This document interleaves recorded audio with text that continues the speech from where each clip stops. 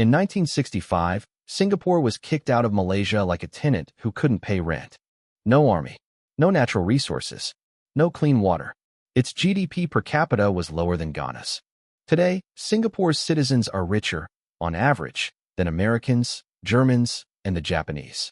And the country that inspired them? Still stuck in a 30-year economic stagnation it cannot escape. How does a city smaller than London become the financial capital of Asia, while the country it copied burns its own playbook?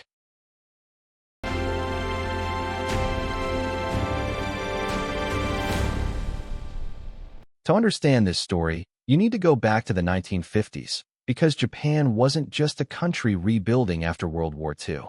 It was a laboratory, an experiment in state-directed capitalism that the entire world was watching. Japan had a secret weapon, MITI, the Ministry of International Trade and Industry. This was not a normal government department. This was a war room for economic conquest. Bureaucrats in suits deciding which industries would dominate the world, which companies would get cheap loans, which technologies would be crushed, and which would be crowned. And it worked spectacularly. Japan went from rubble to the world's second-largest economy in less than 30 years. By 1980, Harvard Business School was teaching Japanese management as the gold standard. Americans were terrified. Books called Japan as Number One became bestsellers. Politicians in Washington genuinely believed Japan would surpass the United States within a decade. The entire developing world took notes. South Korea copied it. Taiwan copied it. And a tiny, desperate island city in Southeast Asia, with nothing to lose, studied every single page. That island was Singapore. And what it did with those notes will shock you. Here's what most people get wrong about Singapore's founding story. Lee Kuan Yew, Singapore's first prime minister, is often described as a visionary genius who built a city from nothing. That's half true. What's less discussed is that in the early years, Lee was copying Japan. Deliberately. Obsessively. The Singapore government studied Japan's model. Pick strategic industries, protect them, fund them, and force them to become globally competitive. Singapore built Jurong Industrial Estate, a massive manufacturing hub, and used state investment vehicles to kickstart industries that no private investor would touch. But here's where the story gets complicated. Japan's model had a hidden flaw, one that wouldn't show up for decades. Japan protected its companies too well. The keiretsu, those giant interlocking networks of Japanese corporations, became untouchable. Banks loaned money to zombie companies not because they were profitable, but because of relationships, loyalty, and national prestige. Competition was suppressed. Inefficiency was hidden.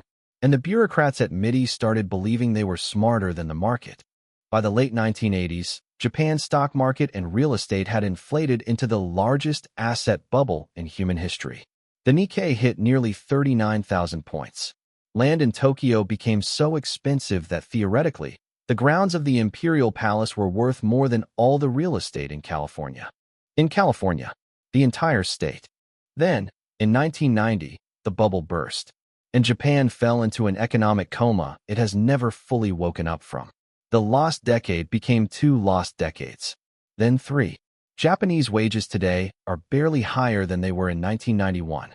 Entire industries that once ruled the world, consumer electronics, semiconductors, solar panels, were surrendered one by one. And while Japan was falling apart, Singapore was watching and making a very different choice. What did Singapore see that Japan refused to admit? Here's the thing. Singapore had started to see the warning signs in Japan's model before the crash even happened. Lee Kuan Yew was brutal in his self-assessment. He once said, publicly, that Singapore was not Japan and should never try to be. Singapore had no domestic market to protect. Number 1, 20 million consumers to sell things to. If Singapore's companies couldn't compete globally, they would die. And that was fine. That was the point. So while Japan was building walls around its companies, Singapore was opening its doors wider than almost any country on earth. Singapore became a tax haven, but a legitimate one. Corporate tax rates were slashed. Foreign investment was not just welcomed, it was hunted down like prey. Government ministers would literally fly to Silicon Valley, to London, to Frankfurt, and personally pitch Singapore to CEOs. They offered land, infrastructure, an English-speaking educated workforce, and something priceless in Asia, a government that did not steal from you. But this created a crisis, one that Singapore's leaders almost didn't survive. By the 1980s, Singapore's workers were demanding higher wages. Unions were growing louder. The government was caught in a trap: pay workers more and lose the foreign investors who came for cheap labor, or keep wages low and watch the population revolt. Most governments would have panicked. Singapore did something audacious. It deliberately priced itself out of cheap manufacturing. Think about what that decision actually means. Singapore looked at its own competitive advantage, low wages, and said, "We are going to destroy it on purpose." Because cheap labor is a trap. It's a race to the bottom. And Singapore refused to race to the bottom with Bangladesh or Vietnam or China. Instead, Singapore's government invested ferociously in education. Not just schools, the right skills for the right future.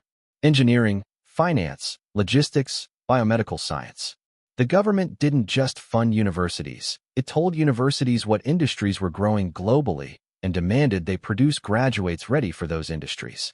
Then Singapore made a move that Japan would never have dared to make. It welcomed competition directly into its banking system. Japan's banks were coddled, protected, told they were too important to fail. Singapore opened its financial sector to global banks, Citigroup, Deutsche Bank, HSBC, and forced local institutions to either become world-class or get acquired.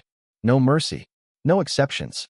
The result was a financial sector so clean, so efficient, and so well regulated that it attracted capital from across Asia and eventually from the entire world. Here's a number that puts this in perspective. Singapore handles more foreign exchange trading per day than Tokyo. Singapore, a city of 6 million people, out-trading Tokyo, a metropolis of 14 million, capital of the world's third largest economy. But the most radical thing Singapore did wasn't about money. It was about something far more basic. Corruption is the silent killer of developing economies. It is the reason countries with vast natural resources stay poor. It is the reason infrastructure projects cost double what they should. It is the reason investors go home. Japan had corruption. It was baked into the keiretsu system. Political donations in exchange for contracts.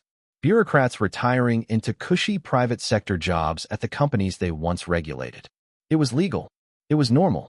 And it slowly rotted the system from inside. Singapore made corruption a war and fought it like one. The Corrupt Practices Investigation Bureau was given sweeping powers. Ministers were paid some of the highest government salaries in the world, not out of generosity, but strategy. You cannot bribe a man who already earns $1 million a year. And if he takes a bribe anyway, you destroy him completely. No deals. No quiet resignations. Public prosecution. Lee Kuan Yew's own relatives were investigated when suspicion arose. The message was unmistakable: no one is above this. Compare that to Japan, where the LDP, the Liberal Democratic Party, governed almost without interruption for 70 years. Where political donations and construction contracts were so intertwined that entire cities were built not where they were needed, but where a politician's donor needed the business. Japan built the most beautiful highways in the world, leading to the most depopulated countryside in the developed world. Billions spent, nothing gained. Bridges to nowhere. Tunnels through mountains no one needed to cross. Singapore built an airport, then made it the best airport on earth, then kept making it better. Not because a politician needed a ribbon to cut, because the airport made the entire economy more competitive. Two different philosophies. Two radically different outcomes. Fast forward to today, and the numbers are almost uncomfortable to look at. Singapore's GDP per capita, adjusted for purchasing power, sits at around $133,000. Japan's is roughly $51,000. The United States, for comparison, is around $80,000. Singapore doesn't just beat Japan. It beats almost everyone on Earth. But it goes deeper than GDP. Singapore consistently ranks first or second globally in education outcomes, infrastructure quality, ease of doing business, and government effectiveness. Japan, meanwhile, ranks 31st in gender equality, struggles with a shrinking population it refuses to address through immigration, and has watched its once dominant technology companies, Sony, Sharp, Panasonic, Toshiba, retreat from market after market. Sony no longer leads in smartphones. Sharp was sold to a Taiwanese company. Toshiba, The company that invented flash memory had to be bailed out and is still fighting for survival.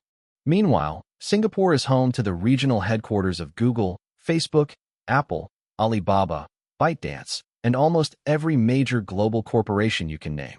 They didn't come because Singapore is charming. They came because Singapore works. But here is the part of this story that almost no one talks about. Singapore made sacrifices that most democratic countries would never accept. Freedom of the press in Singapore is ranked near the bottom of developed nations. Political opposition is tolerated, but barely. Chewing gum was banned for years, literally. The government controls a massive portion of the economy through Temasek and GIC, its sovereign wealth funds. This is not a free market miracle. This is managed capitalism with an iron fist in a silk glove.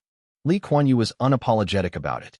He argued that Asian societies needed order before freedom, that economic rights mattered more than political rights for a country trying to escape poverty. He called it Asian values, and critics called it authoritarianism with a business card. They weren't entirely wrong. And Singapore's leaders today acknowledge that the country faces new challenges. Housing costs have exploded, inequality is rising, and the young generation is asking questions that can't be answered with GDP growth charts. Japan, for all its stagnation, has something Singapore still struggles to define: a cultural identity, a sense of place, a social fabric woven over centuries. Japan's crime rate is near zero. Its trains run on time to the second. Its people have a sense of pride and belonging that no government program can manufacture. So which model actually won? Here is what the Japan-Singapore story actually teaches us, and it's not what most economists want to admit. There is no perfect model. Japan proved that protecting your industries works, until it doesn't. That government direction of the economy can build miracles, and then build monuments to those miracles long after the miracles have stopped. Bureaucracies do not voluntarily shrink. Protected industries do not voluntarily compete. And a country that cannot admit failure is a country that cannot change. Singapore proved that radical openness, ruthless meritocracy, and zero tolerance for corruption can turn nothing into everything. But it also proved that efficiency without equity creates a different kind of crisis, one that shows up not in GDP charts, but in birth rates, mental health statistics, and the quiet despair of people who feel like human capital rather than human beings. What the world can learn from both is this: institutions matter more than ideology. It doesn't matter whether you call your economy socialist or capitalist, state-directed or free market. What matters is whether your institutions are honest, whether your investments go where they're needed, and whether the people running your country are accountable to someone other than themselves. Japan's MITI was brilliant until it wasn't accountable. Singapore's government is efficient, but accountability remains its unfinished business. Every country watching this story from the outside is really looking in a mirror. Because every country has industries it protects too long, politicians it trusts too much, and reforms it keeps delaying because the short-term cost feels too high. The lesson of Japan and Singapore is simple and brutal. The countries that survive the future are the ones that can honestly answer one question: what are we doing wrong right now that we refuse to see? Japan built the template. Singapore rewrote it. And the world is still figuring out which story ends better. If this video made you think differently about how economies actually work, not in textbooks, but in the real world, then hit that subscribe button. Because every week, we break down the stories behind the stories, the geopolitics, the economics, the decisions that shape the world you live in.